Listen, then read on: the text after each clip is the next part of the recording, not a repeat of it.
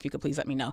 And I got to be honest with you. Hi, YouTube. Hope everybody's doing well. Hi, Instagram. Oh, Instagram ain't even on yet. And I had some challenges because one of the things that happens whenever you're watching the news and you're paying attention to what's going on is that it can be really frustrating to realize that despite the work that you're doing, hi, Instagram, despite the work that you're doing, you realize that people in power sometimes are just evil. Like sometimes they're just evil and they're going to do terrible, evil, awful things. And even though you know it's evil and they know it's evil, there is a benefit that they are going to derive out of it. And frankly, they're more concerned about that benefit than they are about doing the right thing. And it felt to me last night, and in sort of a moment of overwhelm, that was exactly what was happening. And last night, there was a lot of debate in Congress over the big bitch ass bill. And basically in that debate, they were trying to not necessarily even get to the substance of the bill. When it came to the debate that they were having in Congress, they were debating some of the procedure. I'm not even going to get into all the minutia. There were some procedural rules that had to be taken before they could actually get to this substantive matter of voting on this big bitch ass bill that is going to do so many things. And I focused so much on how this bill is going to destroy healthcare. I forgot it's also going to destroy financial aid for college because it has provisions in it that basically say there are going to be 2 student loan repayment plans. Either you pay the whole thing in 20 years or you pay the whole thing in 30 years. But there ain't no public interest programs. There's no incentives for people to go into serving underprivileged communities and get benefits from student loans such that you would be able to pay at a better rate. There's none of that. There's no programs for people who come from economic strat community. There's nothing. And they are stripping financial aid. They're stripping so many things. And there are so many elements to this legislation that I have tried to squeeze into our discussions because it matters so much to so many people. And those of you who know me know that no matter, we may not agree on anything, but you know I love my community. I love my people. Even those of you who think I'm a tether, love you too, because most of you are bots. But anyway, the point is this. I'm sorry. I'm also petty, so I had to just sneak that in. But one of the things that was really weighing heavily on my spirit yesterday was the fact that when evil people get access to power and they do things that destroy communities, oftentimes the communities are just laid in the dust and just don't necessarily even know how to move forward. And so I thought today I was going to come on and give you guys, and I was telling this to Urban View before we went live with you guys. I thought I was going to come on and say, well, then this happened, and then AOC said that, and then Maria Bartiromo said this on Fox News, and I had the whole play-by-play. Amina will tell you, I must have sent you 11 different clips that I wanted to air today. And when I woke up this morning, my spirit was just like, no. We've beat that message. I got people still arguing in my mentions in an Instagram post that I put up. They're not cutting anything for Medicaid. Yes, babe. It's sort of the overwhelm of the frustration can really sap your energy. And so that's why I decided to go to history. In addition to prayer. But I went and I was thinking, where in history do we see examples of people who face just awful, terrible things? And they decided not necessarily with political savvy, not necessarily with having access to the best of the skills that they needed, not necessarily with having everything. Maybe they didn't have the money. Maybe they were or not necessarily out organized, but maybe they were outspent. They were out pressured, outnumbered. And I was like, where do we see examples of this happening where the people were still able to rise up and be successful? And then the spurt said, well, what about that thing that happened in Iceland at one time? I was like, oh, I forgot about that thing that happened in Iceland that one time. Because this title, and for those of you on YouTube, it's called Signs of the Economic Times. It's technically going to be that, but I might have to change the title after I get off the live. But I want to tell you a story about what happened one time in Iceland when people of a different sort were facing problems that for them were significant, awful even, and they basically decided to take matters into their own hands. And so there is this, I saw this, I was searching and I was looking for information. I actually came across this amazing thread on Threads that had a framing for this story that I'm going to read to you. It's by Patricia Deanna, and Patricia Deanna has set up a framework that I'm going to then use as a launch point to talk about the history about what happened. Y'all ready? This is Patricia Deanna on Threads. I don't know if I follow her or not. I'm not logged in, so I can't see it. I have a screenshot in front of me. Anyway, I don't know this person, I don't think, but this is what they said, and it was a very important thing. They said the following. Imagine waking up in 1975 Iceland as a man. You roll over. Your wife is not there making coffee. Your daughter is not laying out her school books. Your mother is not prepping breakfast. The house is silent. Pause. Now, in 1975, Iceland, that was not supposed to be happening. In 1975, Iceland, the mama was supposed to be making breakfast. The wife was supposed to be making the coffee. The daughter was supposed to be getting together. Like, women were supposed to be doing things. They had roles, specific gender roles. Patricia Deanna continues, you get up as this man, confused. There ain't no lunch packed for work, no breakfast on the stove. You call the school to see if your kids can be dropped off early. They say school is closed. Teachers ain't coming today. You, this man, you turn on the radio. Every station is talking about it. Today is, now I don't speak Icelandic, so I'm going to say this, but it ain't how it's really pronounced, but I don't know how to say it. My tongue has been colonized, but this is what it's called. Today is Kvenafrigadurinn, also known as the Women's Day Off.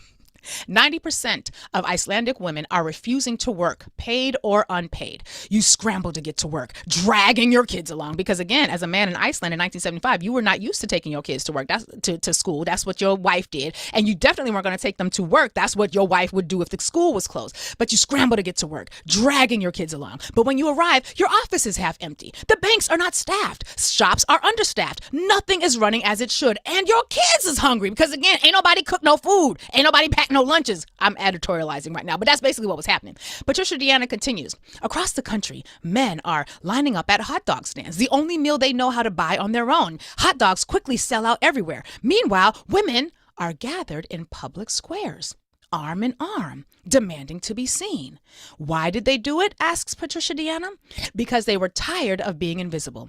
They only earned 60% of men's wages. They carried all the household labor. They held little political power. They didn't call it a strike in order to avoid backlash. But make no mistake, it was a strike, a refusal to keep society running without recognition, dignity, or justice. Patricia Deanna continues, what happened next? Within a year, Iceland passed a Gender Equality Act. In 1980, they elected, oh, here we go again, Vigdis Finnbogadóttir. That is not her name, but that's what it looked like in English.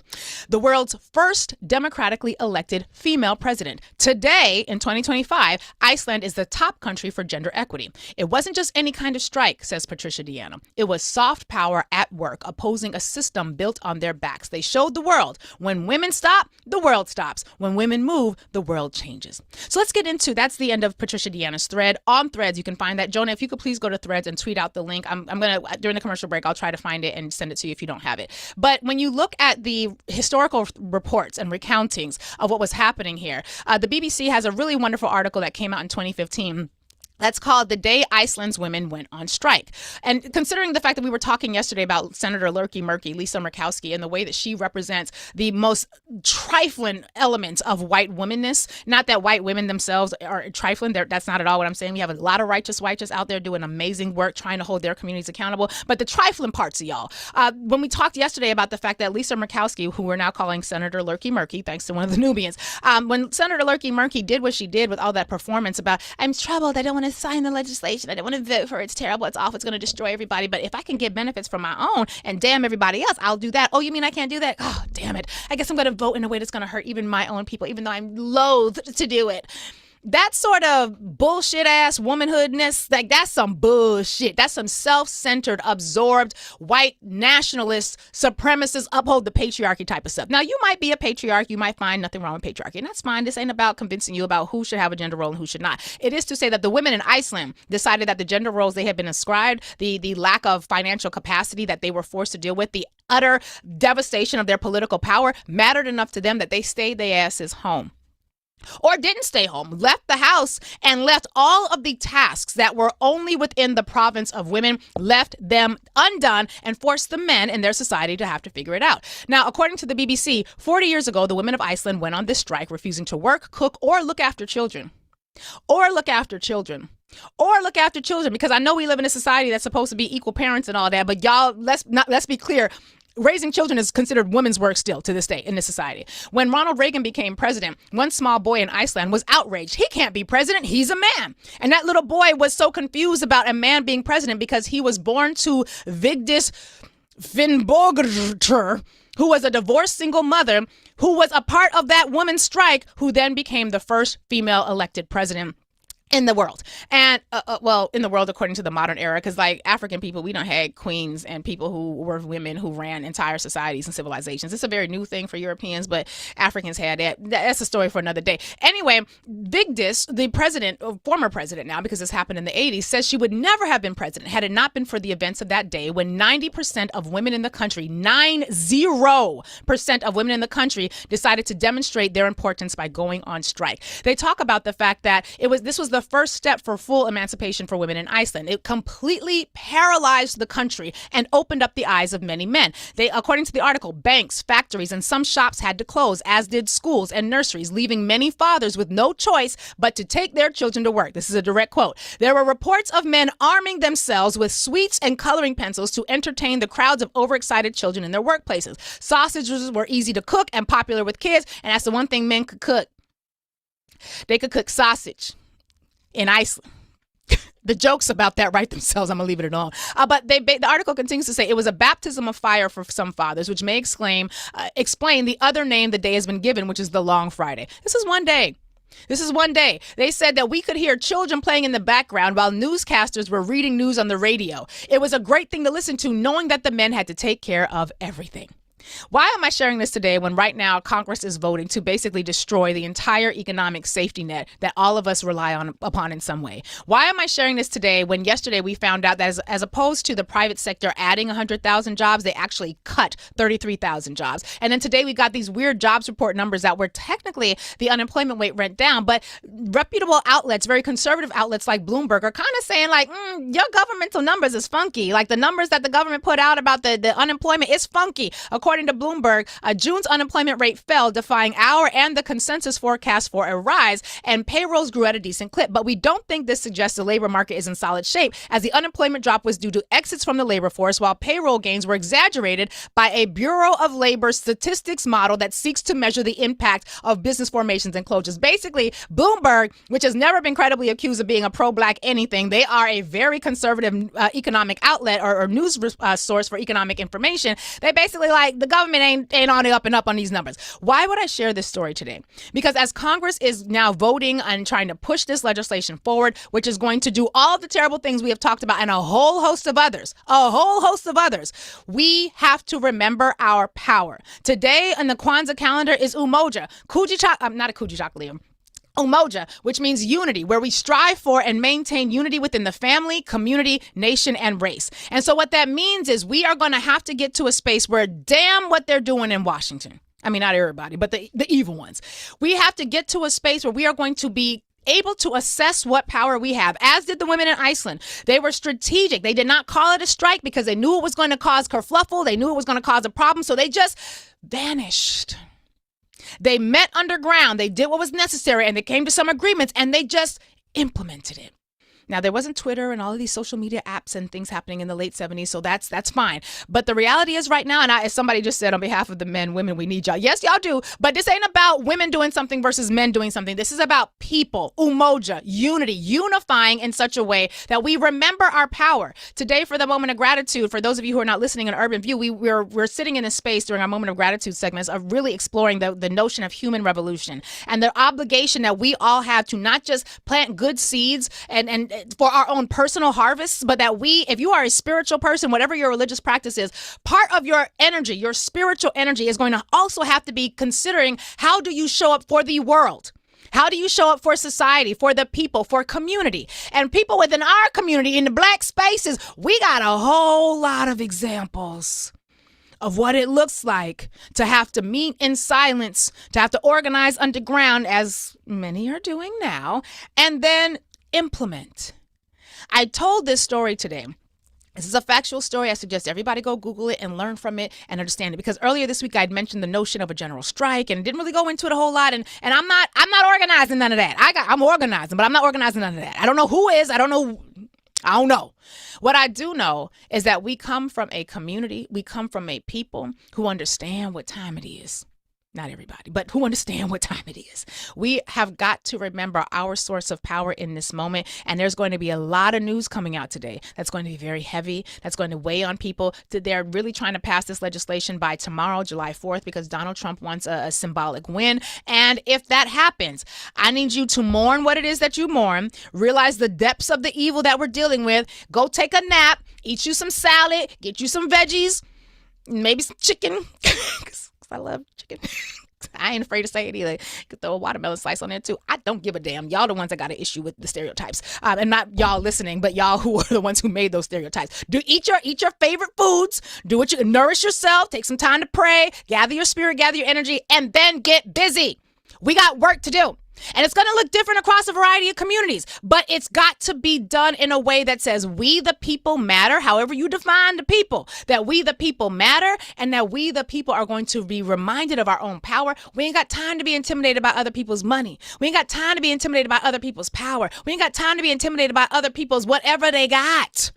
Right now, we are in a moment where the hardships we are facing, the difficulties we are facing are the seeds for victories we will get in the future. As I mentioned in the moment of gratitude today, the person I am today is the person who is the culmination of a whole lot of challenges, a whole lot of difficulties that I have had to overcome. And as we learned today in the quote that we had from Daisaku Ikeda in the moment of gratitude, nothing can match the strength of those whose lives have been shaped and forged through challenging and overcoming hardships. Such people fear nothing.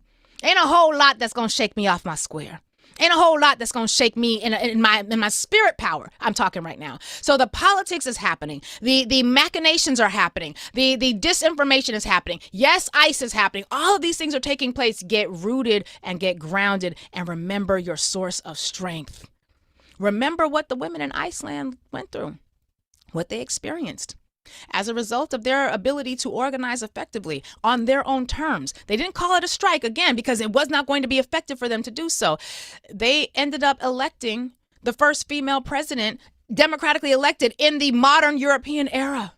They now are the most gender balanced society in the European Western world. The history that we bear collectively, even though Iceland is not a part of my history, the history that we bear as humanity is really going to matter. We are witnessing the dismantling of empire. We are witnessing and quite frankly, dismantling. I know people say that a lot, but remember, it took a couple hundred years for Rome to actually do what it ended up doing. Be encouraged.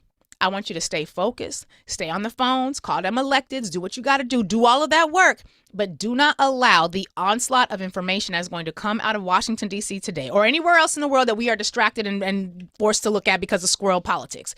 Do not allow that to shake you off your center. Get in community. Learn how to build organization. Study the organizers. You need to be studying Ella Baker. You need to be studying the great organizers, the people who were not the names on the speeches, because yes, we know Martin Luther King. Have you studied A. Philip Randolph? Have you looked at oh my God? What is the brother's name? Bayard Rustin. Have you looked at the people who were the organizing intellects that were driving the successes of the civil rights movement? Study them, get their information, read about them, or watch documentaries, whatever. But figure out where your sources of inspiration and power come from, because we are going to have to tap into that now more than ever. Fortunately, some of us got a whole lot we can tap into. Some of us got a lot we can tap into. We don't got to go to Iceland for this memory, but I use this story because it's very recent. It's something that happened in the modern era, and it's something that we can look to as just one of millions of examples of people realizing that these motherfuckers is evil. And because of their evil, we're going to have to organize for our collective good. We're going to get ready to go to commercial break. I was going to give out the number, but Dr. Damas is going to be joining us in just a minute for Flower to the People today. 866-801-8255 is the number. However, if you would like to talk about that or anything that we've referenced today. Instagram, thank you guys so much. Love y'all. Got to see you, or going to see you later. Adios. YouTube, same thing for you. Urban View, we got work to do. And fortunately for us, we are in a place where we are preparing to do that work now.